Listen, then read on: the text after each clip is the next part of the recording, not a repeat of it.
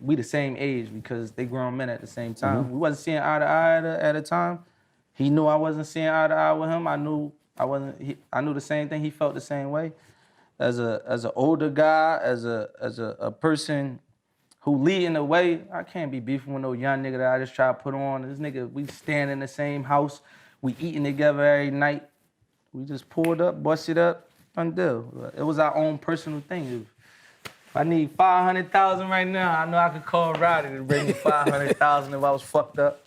You know what I'm saying? Just from how I built with niggas and what I do. We do business a little bit different. One of the guys I've been working with, my friend for a minute, he came to me about Roddy early. No, I fuck with you. That's what I'm doing. I'm supporting it with you. Period. How does growing up in the hood, I guess shape your mental health?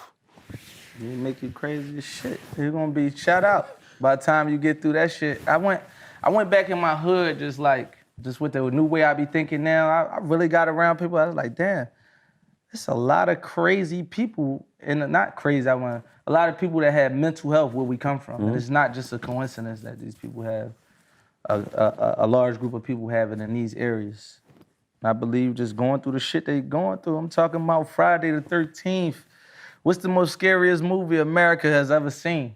What movie is that? Like, what's the top movies? What? Shit, I mean, I used to think all those movies were scary, but now seeing the shit we see on the internet, way scarier, real life shit. I use that for like judges and like DAs and shit like that. When you sentencing a kid that got locked up with a gun, taking into consideration that fucking 100 people got murdered in this neighborhood in the last 100 days, he might be mentally sick, paranoid, post-traumatic stress, depressed, everything in one. So take that into consideration. This is Friday the 13th in these areas every night. When you hear about, I don't know if you be seeing my page, I post up every other day a little girl or a woman get shot in their head or get killed or a child get killed in Philly.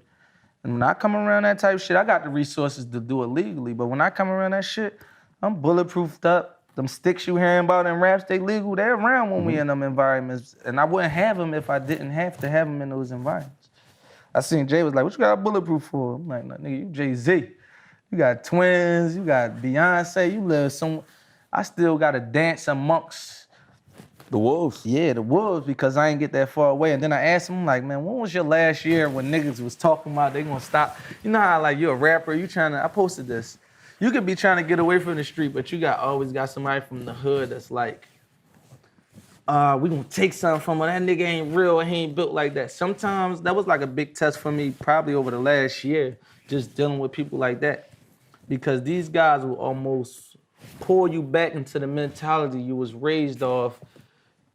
And even if they gotta sacrifice they self to make you lose, they would do that. And I had to be able to pay attention to that and notice that, like, niggas will sacrifice they self for you to lose, and I don't entertain that no more. I don't want you to be able to control my fate. That's the crabs in the barrel theory, basically. Why do you think we call it where we from, we call it nigga-itis. That's what we call it.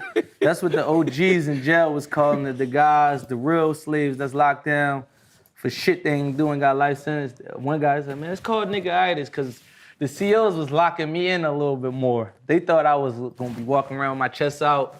And I was just quiet. I'm in jail, I'm a millionaire, I don't know nobody here, I'm just quiet. So COs talking to me, I'm confused, I'm in prison. I'm not really interacting with people, so they kind of thought that I was like acting higher to them. So it'd be time to lock in, they'd be locking me in a little bit more or say something to me first or just going hard on me because I kind of like, I made it to where I wanted to make it at, and they probably didn't make it to where they wanted to make it at in life. So they kind of like taking it out on me. So a guy was like, nigga, he said, well, you know what we call that, man? We call that